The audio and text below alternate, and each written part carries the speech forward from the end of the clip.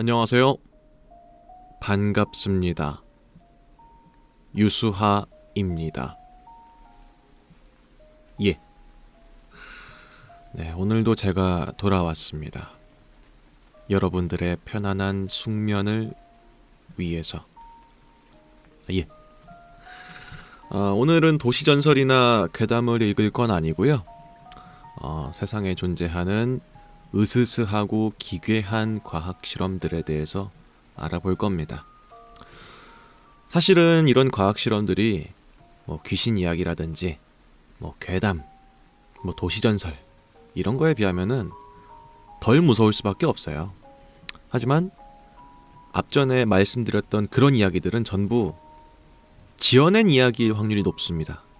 근데 지금부터 알아볼 이야기들은 전부 사실이라는 점에서 더더욱이 으스스한 이야기가 아닐 수가 없다.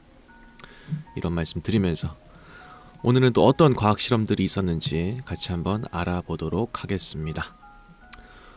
오늘의 첫 번째 이야기입니다.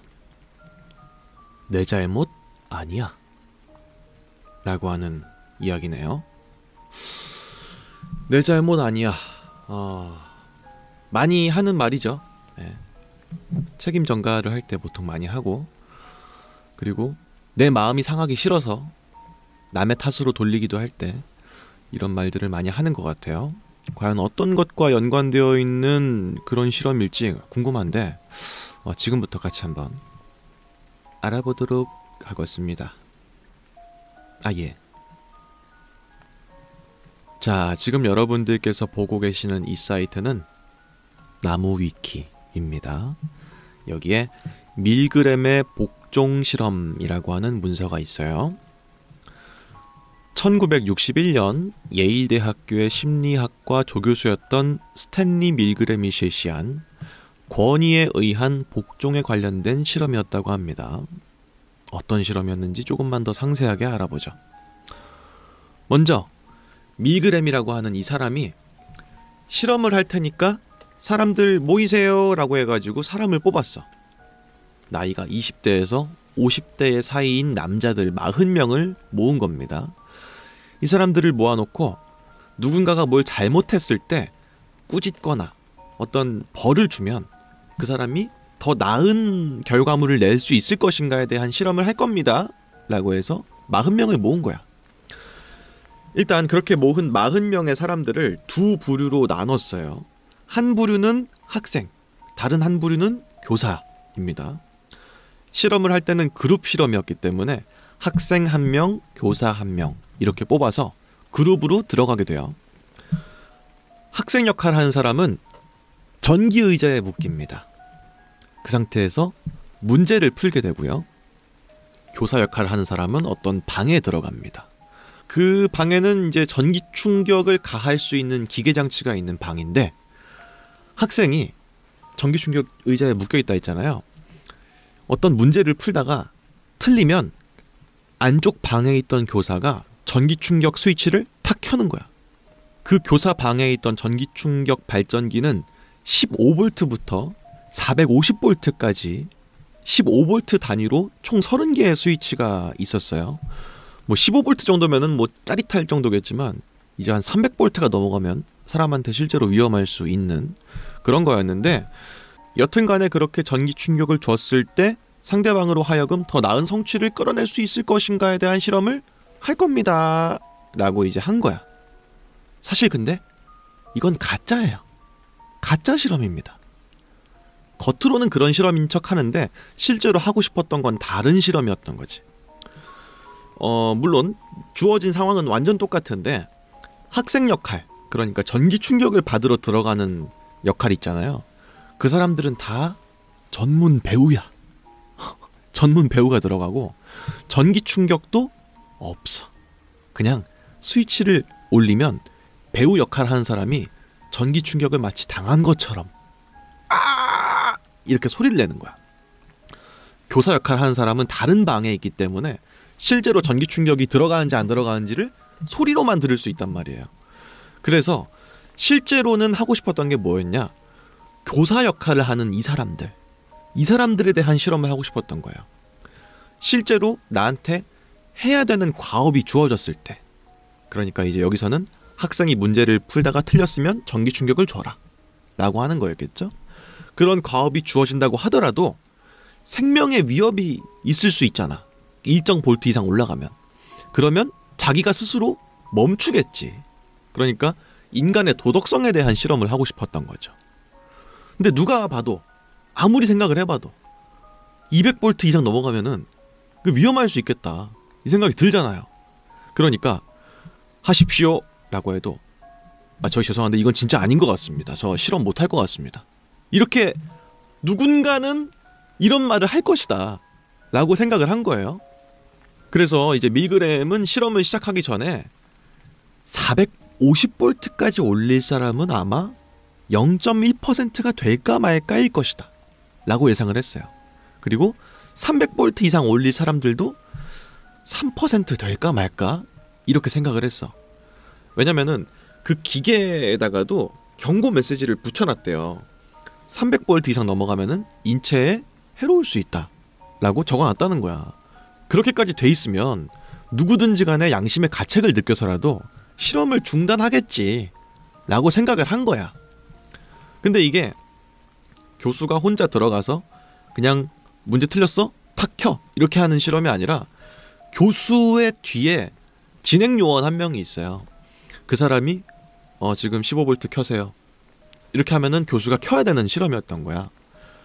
그렇지만 아무리 그래도 인지상정, 언젠간 멈추겠지 라고 생각을 했는데 65%의 교수 역할을 하는 사람들이 450볼트까지 전압을 올렸습니다.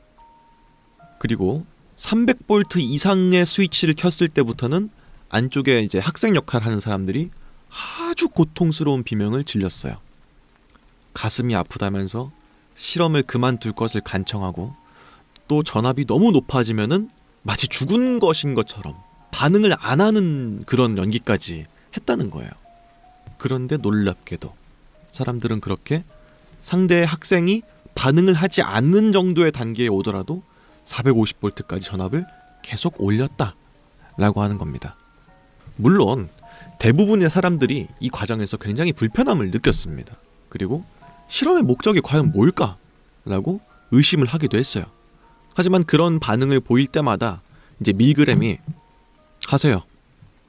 아니요, 계속 하셔야 됩니다. 이 실험은 꼭 진행해야 됩니다. 전기 충격으로는 실험자의 신체에 영구적인 손상을 주지 않습니다. 실험을 계속하십시오. 이렇게 말했다는 거야. 그냥 정중하고 단호한 말투로.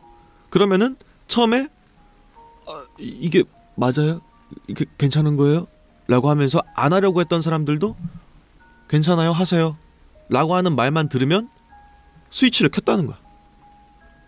그렇기 때문에 이 실험이 우리에게 시사하는 바가 뭘까요? 아마도 그게 아닐까요? 사람이 어떤 상황에 놓이게 되면, 또 어떤 환경에 놓이게 되면 자기도 모르게 악하다고 생각하는 것도 아무런 도덕적인 의심을 갖지 않고 저지른다는 거야. 그러니까 악의 평범성에 대해서 인증하는 그런 실험이었던 거죠. 예를 들어서 전쟁 같은 게 벌어지거나 했을 때 아주 극악무도한 일들이 포로 수용소에서 벌어지고 그러죠. 그리고 또 막 독일이 유대인들한테 했던 홀로코스트, 유대인 대학살 이런 것들도 사람의 탈을 쓰고 어떻게 저렇게 할 수 있을까 라고 우린 생각하지만 당시에 그 상황에 놓이게 되면 누구든지 그렇게 하고 있고 내 인생이 아니야 이거는. 내가 아픈 게 아니거든요. 그러면은 누구든지 거부감 없이 그 행렬에 승차한다 라고 하는 거죠. 그렇기 때문에 인간의 잔혹함이 그들의 존엄성을 넘어서는 것이 얼마나 쉬운지에 대해서 증명하는 그런 실험이었던 겁니다. 뭐 이후에 대한 이야기라든지 이런 것들이 있는데 뭐 이거는 딱히 알아서 중요할 내용은 아닌 것 같고, 어쨌든 간에 65% 이상의 사람이 죽을 수도 있을 전압까지 아무런 거리낌 없이 올렸다는 것이 더 중요하죠. 글쎄 많은 생각을 하게 됩니다. 이어서 두 번째 실험도 준비가 되어 있습니다. 두 번째 이야기는 바로 이것입니다. 45년에 걸친 살인. 살인이라고 합니다. 45년에 걸친 살인? 야, 이거는 뭐 숟가락 살인마인가? 굉장히 경미한 타격으로 사람을 오랫동안 죽이는 그런 건가 싶기도 한데, 잘은 모르겠지만 좀 으스스하고 뭐 일단 기쁜 이야기는 아닐 것 같습니다. 그죠? 과연 어떤 이야기일지 지금부터 같이 한번 알아보죠. 자, 지금 여러분들께서 보고 계시는 이 사이트는 이코노미 사이언스라고 하는 소식지입니다. 여기에 인간 아기와 침팬지를 함께 키운 결과 충격이라고 하는 기사가 있어요. 아이를 침팬지와 함께 키우면 어떨까요? 침팬지가 아이처럼 자랄까요? 아니면 아이가 침팬지처럼 자랄까요? 실제로 이 실험이 1900년대 미국에서 이루어졌습니다. 1927년 미국의 심리학자였던 윈슬럽 켈로그는 자연과 문화 중에서 어린아이의 발달에 영향을 미치는 것이 어떤 것인지를 궁금해했거든요. 이는 다른 말로 하면 우리가 흔히 궁금해하는 유전자가 먼저냐 아니면 환경이 먼저냐는 말로도 해석할 수가 있습니다. 그래서 그는 이 물음의 해결을 하기 위해서 자신의 아이와 침팬지를 함께 기르기로 결정합니다. 아내를 설득하는 데 매우 애를 먹었다고 전해지죠. 근데 이 켈로그라고 하는 사람이 이런 실험을 갑작스레 한 게 아닙니다. 당시 동인도의 한 동굴에서 늑대와 자란 여자아이 2명이 발견이 됐다는 거죠. 근데 그 아이들이 어렸을 때부터 늑대랑 같이 자랐기 때문에 4발로 걷고 늑대처럼 먹고 늑대처럼 마셨어. 구조가 된 이후에도 교육을 받고 2발로 서는 법을 배웠지만 여전히 밤만 되면은 늑대처럼 울부짖었다고 합니다.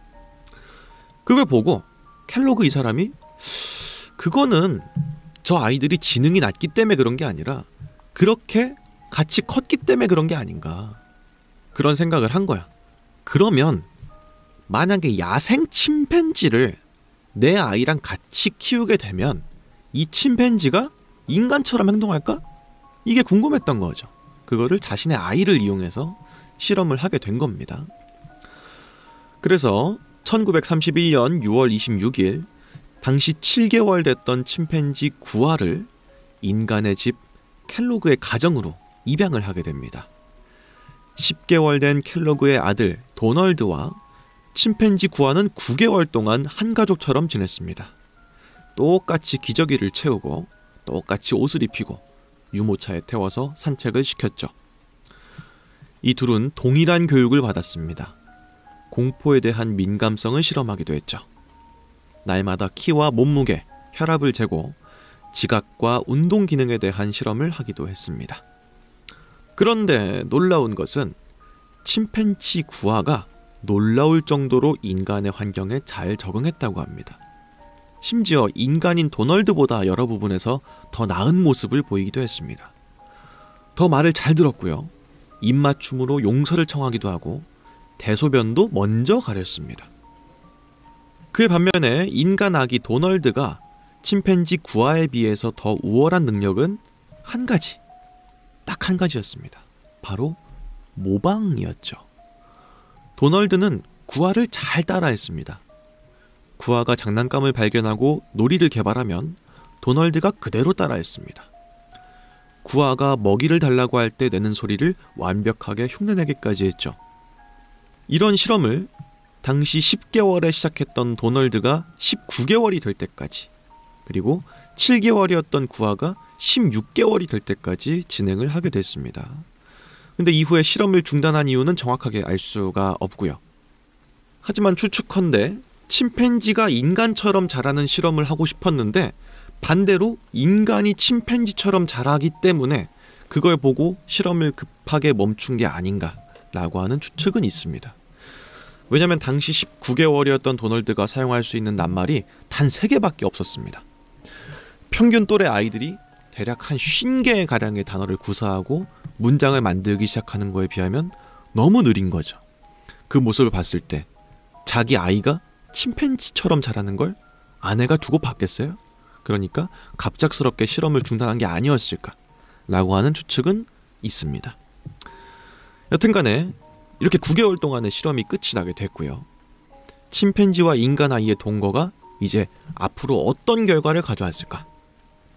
먼저 침팬지 구아는 침팬지 우리로 돌아가게 됐는데, 구아는 자신의 진짜 어미인 어미 침팬지와 함께 사는 것을 굉장히 힘들어했습니다. 그리고 이듬해에 죽고 말았습니다. 반면에 도널드는 언어 능력이 빠르게 향상되었습니다. 나중에 하버드 대학 의대에 진학해서 정신과 의사가 되기도 했죠. 하지만 그의 부모가 죽고 난 후 몇 달이 채 지나지 않아서 스스로 목숨을 끊었습니다. 도널드의 아들인 제프는 아버지의 자살이 실험의 직접적인 결과라고 확신했다고 합니다. 제프는 후에 미출간된 논문에서 자신의 아버지의 죽음이 45년에 걸친 살인이었다라고 언급하기도 했습니다. 라고 하는 이야기입니다. 그러니까 어렸을 때 침팬지랑 아이를 동시에 키우는 실험을 한 것 때문에 아이도 성장해서 나중에 그거에 대한 어떤 트라우마로 인해서 스스로 목숨을 끊었고, 그리고 그 당시에 같이 컸던 침팬지도 적응을 전혀 하지 못해서 그만 죽게 되었다라고 하는 그런 이야기입니다. 글쎄요, 이것도 앞서 알아봤던 그 실험이랑 마찬가지로 환경이 얼마나 중요할 수 있는가를 좀 잘 보여주는 그런 이야기인 것 같아요. 결국은 어떤 사람으로 자랐든지 간에 환경이 갑작스럽게 바뀌게 되면은 적응을 잘 하던 침팬지도 결국 적응을 하지 못하고 죽게 된 거잖아요.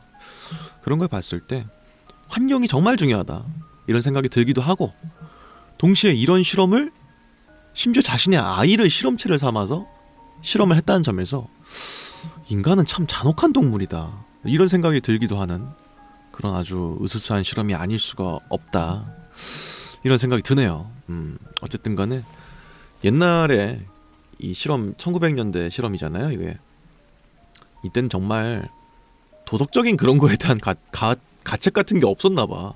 예. 보다 보면 진짜 놀라운 실험들이 참 많은 것 같습니다. 여튼 간에 이게 두 번째 실험이었고요. 다음으로 세 번째 실험도 같이 한번 알아보도록 하겠습니다. 그리고 이어지는 다음 이야기는 바로 이것입니다. 꿈의 기술이냐, 지옥의 시작이냐 인데요. 아주 살벌한 이름인데 적당한 과학 실험은 아니었을 것 같다는 생각이 일단 들긴 합니다. 그죠? 뭔가 목숨과 연관되어 있는 그런 게 아닐까 하는 생각이 드는데, 어떤 실험이었는지 지금부터 같이 한번 알아보도록 하겠습니다. 예. 자, 지금 여러분들께서 보고 계시는 이 사이트는 조선일보입니다. 여기에 한국 대학 교수가 포함된 중국 대학 의료팀 원숭이 머리 이식 성공, 내년엔 사람 머리 이식 도전이라고 하는 기사가 있습니다. 이 기사 머리만 봐도 상당히 으스스한데 어떤 내용인지 조금 더 상세하게 같이 한번 알아보도록 하죠. 한국 대학 교수가 포함된 중국 대학 의료연구팀이 원숭이 머리 이식 수술에 성공했다. 의료팀은 이번 성공을 토대로 내년 말에는 사람 머리 이식에 도전한다는 계획이어서 논란이 예상되고 있다. 영국의 데일리 메일 등 외신은 이탈리아 출신 신경외과 전문의 세르지오 카나베로 박사 등이 참여한 중국 하얼빈대 연구팀이 원숭이 머리 이식 수술에 성공했다고 21일에 보도했다. 이번 수술에는 건국대 의학전문대학 김시윤 연구교수도 참여한 것으로 전해졌다. 이 수술은 한 원숭이의 머리를 통째로 분리한 후 다른 원숭이에게 이식하는 수술이다. 카나베로 박사는 원숭이 머리를 이식한 후에 혈관을 이어서 혈액 공급에 성공했지만 골수 신경을 연결하지 않아서 목 부위 이하는 마비 상태라고 밝혔다. 그는 또한 윤리적인 이유로 머리를 이식한 원숭이를 20시간 후에 안락사시켰다고 덧붙였다. 카나베로 박사는 이번 실험은 원숭이 머리를 영하 15도에서 동결할 경우 수술하는 동안 생존이 가능하며 뇌 손상 없이 수술을 할 수 있다는 것을 입증했다 라고 설명했다. 카나베로 박사는 앞서 2014년 6월 미국 신경과학회 컨퍼런스에 참석해 사람의 머리를 다른 사람의 몸에 이식하는 계획을 소개했다. 그는 하얼빈대 한국 의료팀과 함께 내년에 사람 머리 이식 수술에 도전할 계획이다. 이 수술을 받겠다고 지원한 환자는 러시아의 컴퓨터 엔지니어인 발레리 스피리도노프이다. 그는 선천성 척수 근육 위축증인 베르드니히 호프만 병을 앓고 있어서 근육 성장이 정지된 상태이다. 이 수술에는 신경외과 전문의부터 혈관 전문가, 정형외과 전문의 등 150명의 의료진이 투입되게 된다. 수술 시간은 36시간이 예상되며 비용은 130억 원이 될 예정이다. 카나베로 박사가 공개한 머리 이식 방법에 따르면 먼저 12도에서 15도 환경에서 머리를 정확히 분리한 후 1시간 내에 특수 고분자 소재의 접착물질을 이용해 접합하는 방식으로 수술한다. 머리와 다른 신체의 혈액 순환계를 연결한 다음 척수 연결 등의 과정을 거쳐야만 한다. 의료팀은 먼저 스피리도노프의 머리를 이식할 건강한 신체를 찾아야 하며 복잡한 수술을 마친 후에도 4주간 마취 상태에서 머리와 신체의 일체화 과정을 거쳐야만 한다. 깨어난 후에도 걷고 말하기 등 신체 적응 훈련이 필요하다. 이번 머리 이식 수술을 두고 의학계에서는 우려의 목소리를 내고 있다. 수술이 이론적으로 가능할 순 있지만 객관적인 임상실험 결과가 없어 위험이 크다는 것이었다. 또한 윤리적인 논란도 불가피할 것으로 예상이 된다. 의학계에서는 카나베로가 관련 수술을 승인받기 어려울 것으로 보고 중국 의료팀과 협업을 결정했다고 분석하고 있다. 라고 하는 기사입니다. 그러니까 이제 카나베로라고 하는 박사가 원숭이의 이제 이식 수술을, 머리를 바꾸는 수술을 성공한 거죠. 그러면은 사람도 할 수 있다 라고 한 거야. 그 지원자 받습니다 했더니 지원자도 나왔어. 약간 이제 장애를 갖고 계신 분께서 건강한 몸을 당연히 갖고 싶으실 거 아니에요. 그러니까 적합한 몸을 바꿀 수 있는 뭐 예를 들어서 뇌사 판정을 받은 환자라든지 그런 사람이랑 바꿀 수 있도록 자기가 지원까지 한 거예요. 그래서 시행을 기다리고 있었는데 앞서 말했지만 이 130억 원 정도가 필요하거든요. 이거를 모금을 통해서 진행을 하려고 했다고 해요. 여기 뉴스 기사에는 안 써있지만 다른 기사에는 써있거든요. 근데 그게 돈이 모이지 않으면서 결국 수술을 하지는 못했습니다. 이분은 수술을 못했어요. 아직까지는 머리 이식 관련된 수술이 사람에게 진행됐다라고 하는 거는 없는 것으로 보입니다. 근데 개인적으로는 솔직히 말하면 불가능할 것 같지가 않아. 원숭이 실험? 난 이거 성공적이었을 것 같아. 그러니까 연구 결과를 밝히냐 안 밝히냐의 문제인 거잖아. 공표를 하냐 안 하냐의 차이란 말이야. 근데 이거는 아주 욕먹기 정말 좋은 실험이잖아요. 그래서 결과에 대해서 추가적인 건 공표 안 했겠지만 제가 봤을 땐 성공 충분히 했을 것 같아요. 내피셜입니다만. 네. 그게 아니면 사람을 하겠다는 말을 할 리가 없을 것 같거든. 왜냐면 사람이 죽는 건 더 큰 문제잖아. 자신이 있다는 거란 말이죠. 그러면은 단순히 뭐 한 열 몇 시간 후에 안락사 시켰다 이런 게 수술 결과를 감추기 위한 것 같지가 않아요. 정말 자신이 있었을 것 같아. 근데 이게 한 번 되면 그때부터는 이제 세계가 아주 지옥도가 펼쳐지지 않을까 하는 생각이 들어요. 이것과 관련되어 있는 새로운 윤리적인 문제가 또 발생하겠죠. 뭐 뇌사 판정 받은 사람과 어떤 법적 분쟁 같은 게 이어진다든지 뭐 이럴 수도 있을 것 같고, 또 어떻게 보면은 몸을 훔쳐가는 그런 일들도 벌어질 수 있을 거 아니야 정말로. 그래서 개인적으로는 이런 시대가 오진 않았으면 좋겠다 이런 생각이 들기도 하는데, 장애를 갖고 계신 분들에게 있어서 하반신 마비라든지 뭐 이런 분들에게 있어서는 이런 수술이 정말 마지막 희망인 거잖아요. 이 지원하신 분도 이제 정말 마지막 죽을 수도 있다는 생각을 하지만 동시에 마지막 희망을 안고 지원했다고 들었거든요. 그렇기 때문에 굉장히 딜레마가 오는 그런 실험이 아닌가 하는 생각이 들기도 하네요. 이거랑 연관돼서는 뭐 여러 가지 영화들이 있는데 제가 항상 영화 얘기를 해드리니까 뭐 페이스 오프라든지 뭐 이런 영화들도 있지만 개인적으로는 더 게임이라고 하는 영화가 있습니다. 그거 우리나라 영화인데요. 이제 변희봉 씨랑 신하균 씨가 등장을 하는데 신하균 씨는 가난한 화가입니다. 공원에서 이제 초상화를 돈 받고 그려준 사람 있잖아요. 그런 직업을 하고 있는 사람이고 이제 변희봉 씨는 굉장히 부자인 사람인데 서로 접점이 전혀 없어. 전혀 없다가 아마 이제 비가 엄청나게 오는 날이었던 것 같아. 그때 신하균 씨가 이제 비를 피하기 위해서 어떤 저택 같은 곳에 잠시 들어가게 되는데 그 안에 사람이 살고 있던 거죠. 근데 그 사람이 살고 있는 그 저택이 적정한 수준의 저택이 아니라 엄청 막 성 같은 그런 큰 곳이었던 거야. 안에는 막 비싼 것들로 막 가득 차 있고.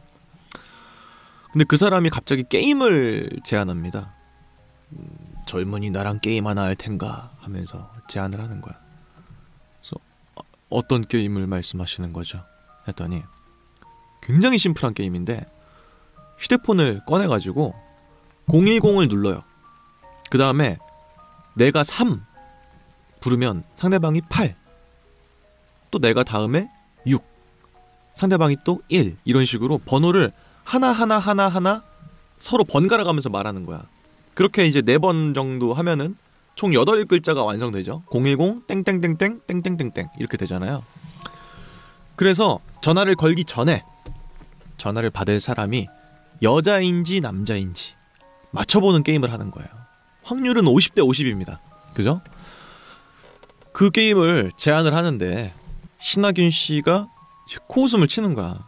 내가 그 게임을 왜 해야 되냐. 안 한다. 근데 이제 변희봉 씨가 딱 말을 하는 거야. 자네 돈 필요하지 않나? 돈 필요하지? 자네가 만약에 정답을 맞추면 내 전 재산을 다 주겠네. 이렇게 된 거야. 그러니까 이제 신하균 씨도 귀가 번쩍 뜨이죠. 근데 한 가지 조건이 있었어. 만약에 신하균 씨가 지게 되면, 그죠? 지게 되면 변희봉 씨가 자네의 몸을 나랑 바꾸지. 이렇게 된 거야. 뭐 어떤 기술인지는 모르겠지만 아주 요거는 이제 머리를 바꾸는 거니까 그나마 이제 좀 공감이 되는데 영화에서는 이 뇌랑 척수 있잖아요. 척추 안에 있는 거를 쫙 따가지고 몸을 바꿔. 그러면은 이제 몸이 정말 바뀌는 거죠. 그러니까 의식만 바뀌어버리는 거야. 그런 수술이 있다는 거야. 그래서 할 텐가? 해요. 그래서 전화를 걸었는데 진 거지. 신하균 씨가. 그래서 강제로 몸이 바뀌게 됩니다. 약속은 약속이니까. 변희봉 씨는 이제 많이 아프고 거의 노쇠한 늙은이인데 그 사람이랑 몸이 바뀌었으니 게다가 돈도 없죠. 신하균 씨는. 그러니까 완전 처참한 상태가 돼버리고 변희봉 씨는 반대로 신하균 씨의 젊은 몸에다가 막대한 재력까지 갖추게 된 상태인데 이 상태에서 이대로 굴할 순 없다 하면서 몸이 바뀐 신하균 씨가 자신의 몸을 되찾기 위해서 고군분투하는 그런 내용인데요. 어떤 더 흥미로운 이야기들이 있을지는 제가 말씀드리지 않겠습니다. 하지만 제가 말씀드린 부분은 아주 초창기의 부분일 뿐이에요. 네. 내용이 진행되다 보면 기가 막힌 이야기들이 펼쳐집니다. 이게 우리나라 영화라는 게 도저히 믿겨지지 않을 정도의 그런 서스펜스 스릴러물이고요. 궁금하신 분들은 한번 보고 오세요. 정말 재밌습니다. 네. 여튼간에 그런 이야기였습니다. 방금 말씀드린 영화처럼 이런 기술이 많이 발전하게 되면 자 좋을 것 같지가 않아. 아니 안 좋을 것 같아. 이런 기술은 발전되면 안 될 것 같기도 해요. 하여튼 그런 으스스한 생각이 드는 그런 실험이었고요. 이어서 다음 실험도 준비가 되어 있습니다. 예. 그리고 이어서 다음 이야기는 바로 이것입니다. 잘못된 사람은 없다. 잘못된 상황이 이라고 하는 이야기네요. 줄곧 해서 이런 얘기가 되게 많이 나오네요. 그죠? 이 사람이 잘못이라기보다는 상황이 그를 그렇게 만든 것이다. 그런 식의 이야기겠죠, 이것도 아무래도. 네. 하지만 어떤 내용인지는 다시 한번 같이 살펴보도록 하겠습니다. 네, 지금 여러분들께서 보고 계시는 이 사이트는 나무위키입니다. 여기에 G01이라고 하는 문서가 있습니다. 심리학자였던 브루스 알렉산더가 내세운 중독에 대한 이론 속 실험입니다. 자, 뭔지 좀 더 살펴보죠. 사이먼 프레이저 대학교에서 행동과학을 연구하던 브루스 알렉산더는 기존의 20세기 초의 문헌들을 뒤적거리다가 시궁쥐를 대상으로 한 실험에서 쥐는 모르핀 희석액과 그냥 물을 함께 주면 모르핀 희석액을 미친듯이 마시다가 마침내는 죽게 된다. 이는 중독의 극명한 사례이다. 라고 하는 내용을 읽었습니다. 근데 이때 그는 마약 중독자 치료소에서 인턴으로 일했던 경험을 바탕으로 다음과 같은 의문을 떠올리게 됐습니다. 지금껏 내가 봤던 마약 중독 환자들은 다들 외롭고 사회적 도움을 받지 못하는 처지에 처한 사람들이었는데 쥐들도 어쩌면 비좁은 우리 속에서 불행하게 지냈기 때문에 모르핀에 쉽게 중독됐던 건 아닐까? 만약에 쥐들에게 천국 같은 환경을 조성해준다면 그땐 모르핀에 중독되지 않을 수 있지 않을까? 이런 생각을 했다는 거죠. 그래서 그는 쥐공원을 만들었습니다. 레드 파크라고 하네요. 푹신한 톱밥이 덮인 넓은 우리, 환한 조명과 따뜻한 온도, 놀이용 터널과 장난감을 배치해 놓았고 공원의 바깥 창살에는 숲 그림이 그려진 초록색 벽지를 둘러감아서 연구원들이 직접 보이지 않도록 했습니다. 그리고 이곳에 쥐들을 잔뜩 풀어놓고 그들이 자유롭게 상호작용하면서 자유롭게 놀고 먹고 짝짓기도 할 수 있게 만들었습니다. 그리고 이 쥐들한테 모르핀 희석액과 그냥 물을 함께 주면서 디스펜서에 센서를 달아서 각 디스펜서에서 쥐들이 물이나 희석액을 마실 때마다 각 객체별 액체의 섭취량을 기록했습니다. 그 결과 쥐들은 모르핀을 마시지 않았습니다. 통계적으로 유의미한 차이로 쥐공원의 쥐들은 우리 안에 있는 쥐들보다 적게 모르핀을 섭취한다는 놀라운 결과를 얻게 되었습니다. 이에 대해서 다른 연구자들은 그 쥐들은 모르핀에 중독되지 않은 상태였기 때문에 모르핀을 시작하지 않은 것일 뿐이고 이미 중독된 후라면 환경이 바뀌어봤자 소용이 없다 라면서 해당 실험을 비판했습니다. 그러니까 중독이 안 된 애들을 데리고 와가지고 하니까 그러지 중독된 애들을 만약에 데리고 했으면은 걔네들은 주변 환경이 얼마나 좋든 간에 계속 마약을 먹을 거다 이런 식의 비판을 한 거죠.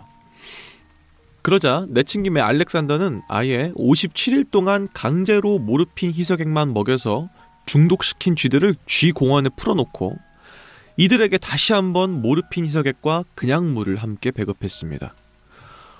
보통 시궁쥐들은 평균 수명이 약 3년 정도인데요.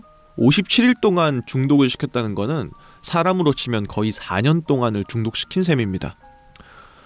어쨌든 그 결과 마찬가지로 통계적으로 유의미한 차이를 보이면서 이미 중독된 쥐들이 모르핀 희석액을 섭취한 양이 감소했습니다. 비록 그의 논문은 사이언스나 네이처에서는 곧바로 게재 거부를 당했지만 대신 그래도 꽤 좋은 저널에 게재가 됐고 훗날 스키너의 심리상자 열기라고 하는 책이 출간되면서 뒤늦게 해당 실험이 재평가받게 되었습니다. 또한 월남 파병 용사들이 전투 현장에서 마약에 중독되는 일들이 많았는데 이들이 전장에서 돌아와서 가족과 사회의 품에 안긴 후로는 대부분 마약을 끊었다는 것 역시도 알렉산더의 가설을 통해서 잘 설명된다고 간주되고 있습니다. 여튼 종합적으로 봤을 때 중독이라는 건 개인의 생리적, 병리적 소견일 수도 있겠지만 사회적, 환경적 측면도 무시할 수 없다는 것입니다. 그러니까 기존에 있던 쥐 실험, 마약 희석액과 물 두 개를 놨을 때 애들은 여지없이 마약을 고르고 그 다음부터는 죽을 때까지 중독돼서 계속 마약만 먹더라 라고 하는 실험 결과에 의문을 품고 이 사람이 과연 환경이 정말 좋게 바뀌어도 그렇게 극단적으로 마약만을 손을 댈까라고 하는 실험을 다시 한번 했는데 그때는 유의미할 정도로 애들이 마약에 손을 안 댔다라고 하는 내용인데요. 결국은 환경이 얼마나 중요한지에 대해서 다시 한번 이제 강조하고 있는 실험인 것 같습니다. 글쎄 항상 뭐랄까 문화권이나 혹은 어떤 문화적 현상 같은 걸 설명할 때 과연 해당 문화권을 향유하는 사람들이 문제인가 아니면 그 환경이 문제인가 이런 거에 대해서 항상 닭이 먼저냐 달걀이 먼저냐 그런 싸움 하잖아요. 예를 들어서 흑인들이 미국에서 범죄를 많이 일으키는 그런 느낌으로 사람들이 많이 틀에 박혀 있지 않습니까? 그래서 이제 관련된 인종 관련 사건들도 많이 벌어지고 있는 건데 과연 그들이 그런 행동을 하기 때문에 선입견을 갖는 것인가 아니면 그들이 선입견을 갖기 때문에 그들이 그렇게 행동을 하게 되는 것인가 이런 식으로 뭐가 먼저인지에 대한 항상 토론 같은 게 항상 이제 이어지잖아요. 근데 여기서는 강력하게 환경이 더 중요하다라고 이제 하고 있는 거죠. 근데 좀 맞는 말인 것 같아. 저는 개인적으로. 사람도 중요하겠지만 결국은 그 사람이 둘러싸여져 있는 환경이 더 중요한 것 같거든요. 더 예를 좀 들어보자면은 저는 성우를 준비하는 사람이니까 목소리의 크기 있잖아요. 크기. 그게 처음부터 우렁찬 사람은 없어요. 그런 식으로 잘 쓰다 보면 근육이 발달하는 거거든요. 결국은 복식 호흡이라든지 목을 크게 쓰는 그런 버릇 같은 게 환경 때문에 정해져요.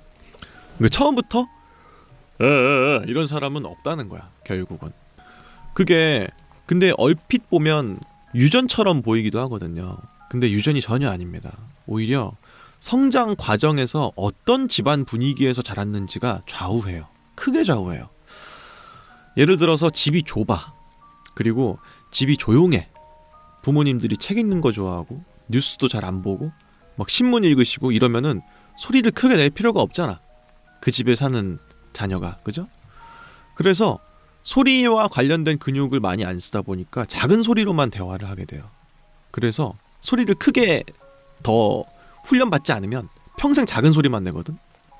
근데 집안 분위기가 막 불같고 집이 좀 넓고 그리고 자기의 의견이 쉽게 피력되지 않아. 내가 뭐 여러 형제 자매 중에서 막 중간에 껴있어. 이런 식이라서 막 말싸움을 해야 되고 막 엄마를 막 크게 불러야만 되고 이런 식의 가정에서 자라면은 목소리가 커요. 자연히 커요. 네. 그게 생각보다 차이가 꽤 큽니다. 저도 소리가 되게 작은 편이라서 근데 왜 그럴까 했는데 우리 집이 작고 그다지 뭐 막 뭐랄까 불같은 집이 아니고 그러다 보니까 그래서 그런 거였더라고. 네. 그래서 환경이 중요하다고 저도 생각하고 있습니다. 물론 개인의 특성도 중요하긴 하겠지만 어쨌든 그런 이야기였고요. 이어서 또 다른 이야기도 준비가 되어 있습니다. 자, 이어지는 이야기는 바로 이것입니다. 악은 조급함에서 온다 라고 하는 이야기네요. 이거는 본문을 읽기도 전에 공감이 돼버렸어. 네, 왜냐면 제가 정말 느릿느릿한 사람이거든요. 그 매사를 천천히 해요. 뭐든지 간에.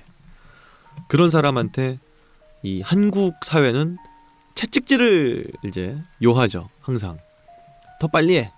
더 빨리 하란 말이야. 디테일 신경 쓰지 마. 이러면서 막 하잖아.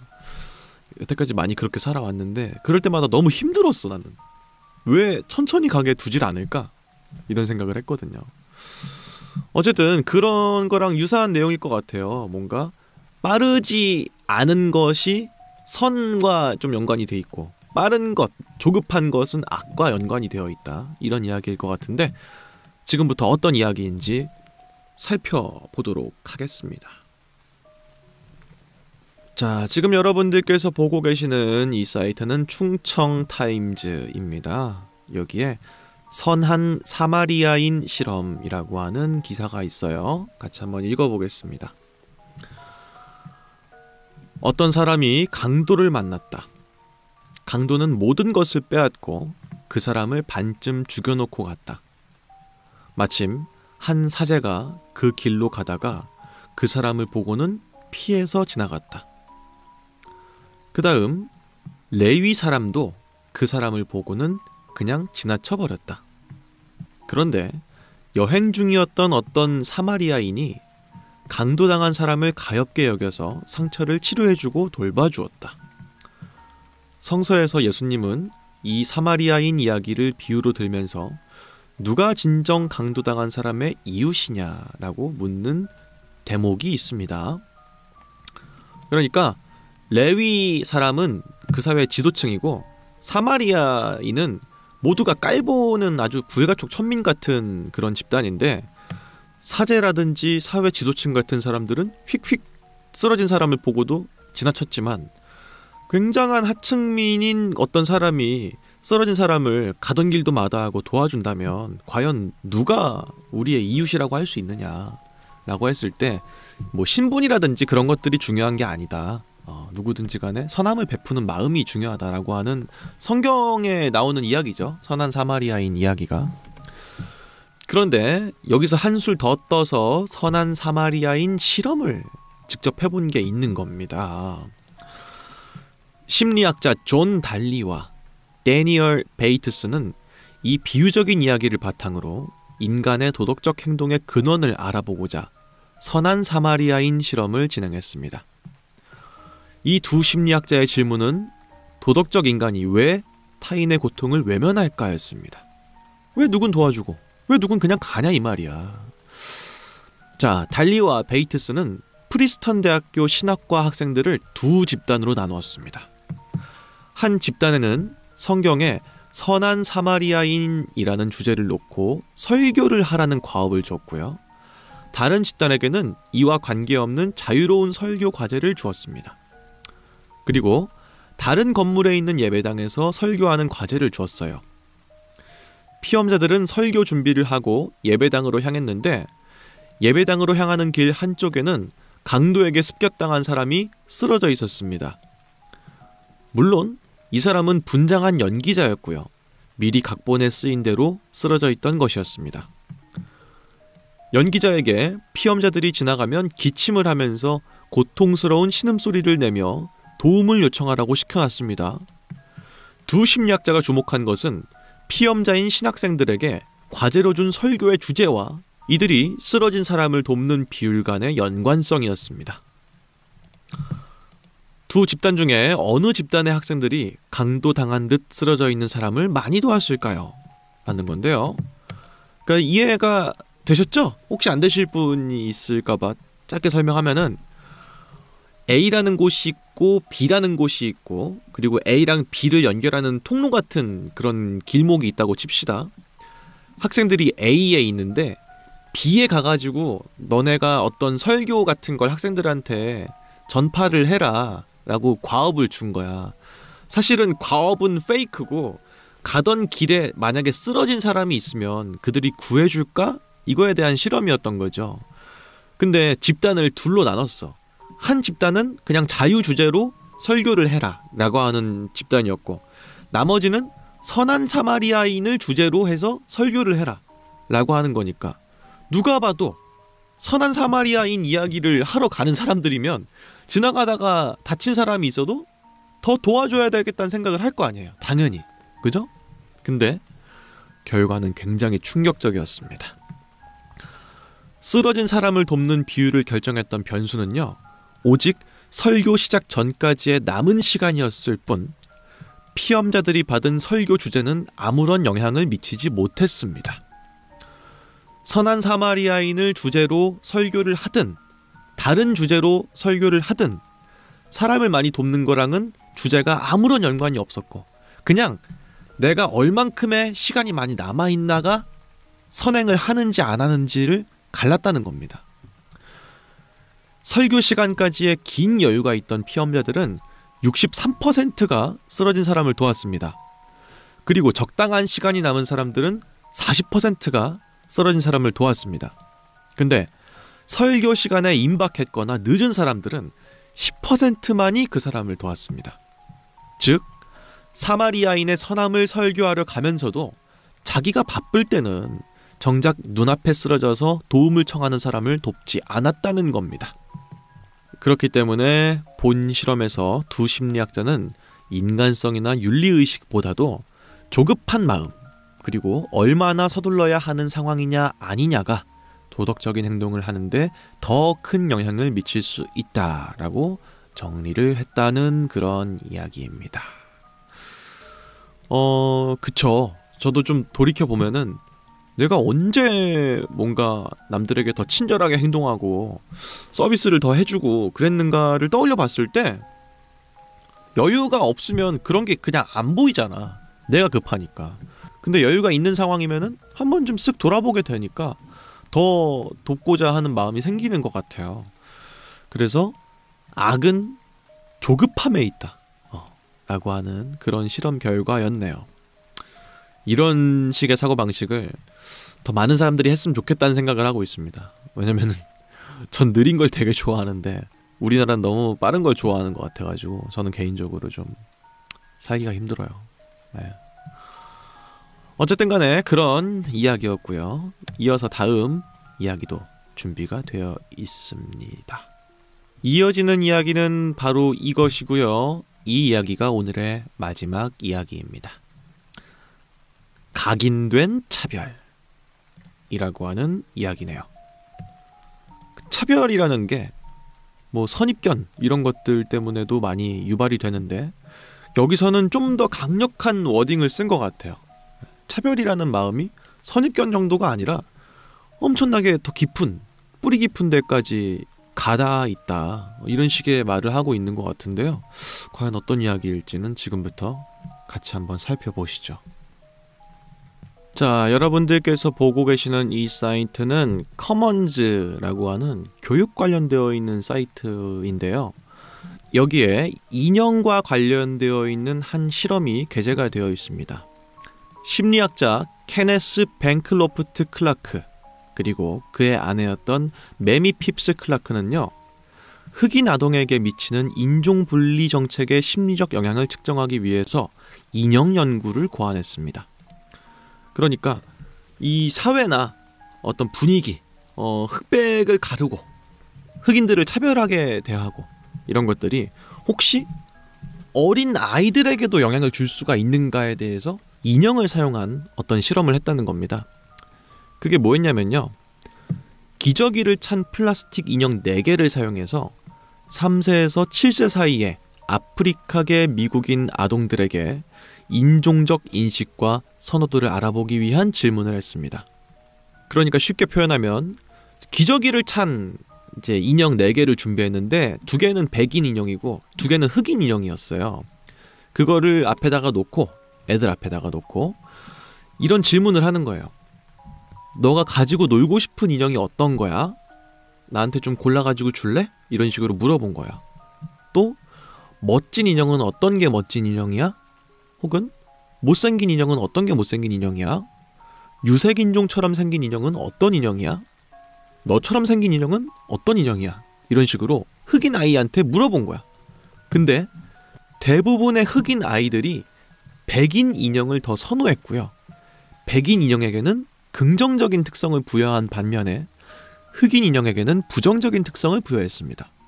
나쁜 거는 보통 흑인 인형이 나쁜 것처럼 보인다, 못생긴 것 같다, 이런 식으로 골랐는데 착할 것 같다, 뭐 성격이 좋아 보인다, 뭐 돈이 많아 보인다, 이런 식의 그런 건 전부 백인을 골랐다는 거야. 심지어 이게 충분히 학습이 이루어진 학생들한테 한 게 아니라 3세에서 7세 사이 아동들한테 물어봐도 걔네들이 그렇게 골랐다는 겁니다. 아니, 걔네들이 사실 어떻게 보면은 미취학 아동이라고 봐도 되잖아요. 정규 교육을 아직 받지 않은 애들인 거잖아. 근데 어떻게 그걸 다 알겠어? 사회적인 기조를 어떻게 알겠냐고. 보고, 듣고, 느꼈으니까.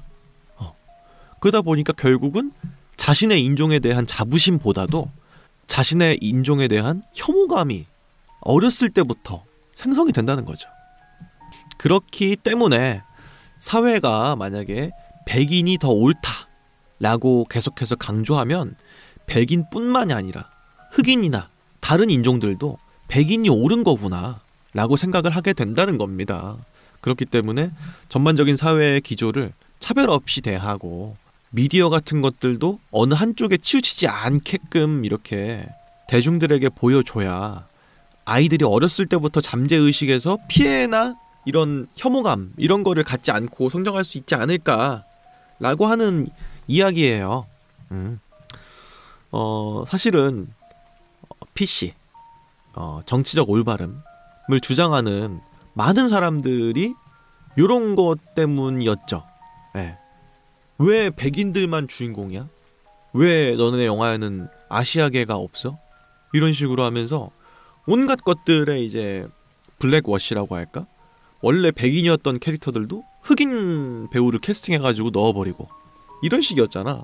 그게 결국 인종 간의 다양성을 부여해야만, 그게 적절하지 않다고 할지라도 다소 그래야만 애들이 다양성에 대한 이런 거부감이나 이런 게 없다라고 하면서 거의 반강제로 계속 바꿔왔던 거잖아요.